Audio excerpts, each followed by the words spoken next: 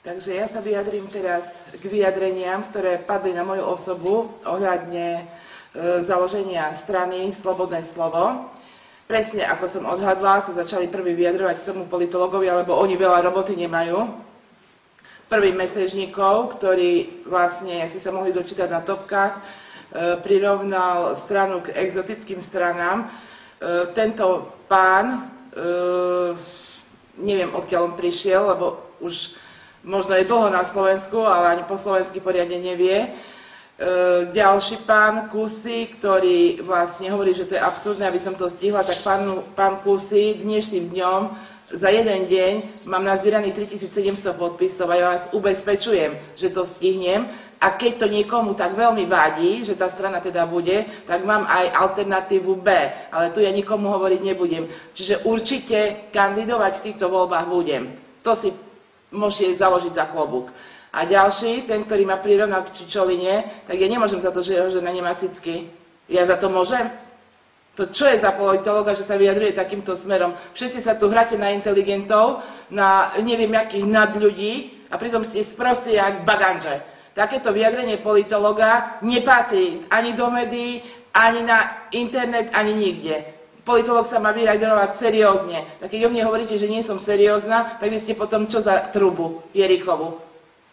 A ďalej, politici. Politici sa začali vyjadrovať na moju osobu. Namiesto toho, aby sa vyjadrovali o mojej osobe, nech občanom skladajú účty. Čo koho zaujíma, zastrehla som aj také, že aký to bude program a čo ponúkne ľuďom. A vám váš program čo ponúkol ľuďom? Ste ožobračili národ a ešte sa predstrkujete do médií. Však vyhnať vás stade. Však to je drzosť prvej triedy. Mali ste programy, mali ste stanovy, mali ste, neviem, sľuby obrovské a nič ste z toho nesplnili. Veď to je hanba. Hanba. A na to človek nemusí ani 3 vysoké školy mať, aby toto pochopil. Sa choďte medzi ľudí a sa ich spýtajte, ako to dopadlo s tými vašimi programami. Program vie napísať každý, len toho treba splniť. A ja nebudem takéto veci robiť. Môj program bude veľmi stručný a v najbližšej dobe ho predstavím. To si píšte. A vyprosím si, aby sa na moju osobu vyjadroval niekto, kto podviedol občanov. Ste podviedli občanov. Toto si uvedomte. A to nie je len, že svietiť a kúriť. Ani centu platu by som im nedala, ani 1 cent. A po tme by som ich nechala. Len od 8. do 11. Keď ešte slnko svieti. A oni budú o mojom programe rozprávať. No čo vás do toho? Nechajte to láskavo na voličoch. Voliči rozhodnú. Voliči rozhodnú, koho si zvolia. Dávajte sa na billboardy, trepte im sovariny a na druhý deň po voľbách im oznámte, alebo 3 dní po voľbách, že žiaľ, budeme musieť utiahnuť opasky. Však ľudia nie sú sprostí.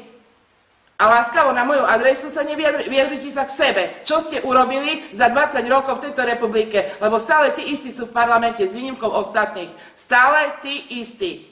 Však oni ani nikdy nerobili. Však sú tam ľudia, ktorí ani nikdy nepodnikali, ani nikdy nerobili. Čo oni o tom vedia?